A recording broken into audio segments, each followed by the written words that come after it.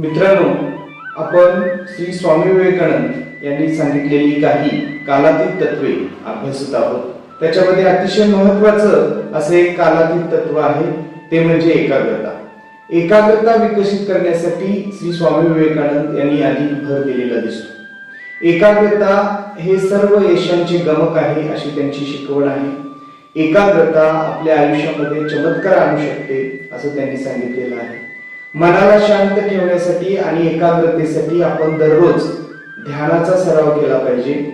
आपल्या कामामध्ये सजगता आणली पाहिजे. आपल्या कामामध्ये आपण सतत व्यस्त राहिलं पाहिजे.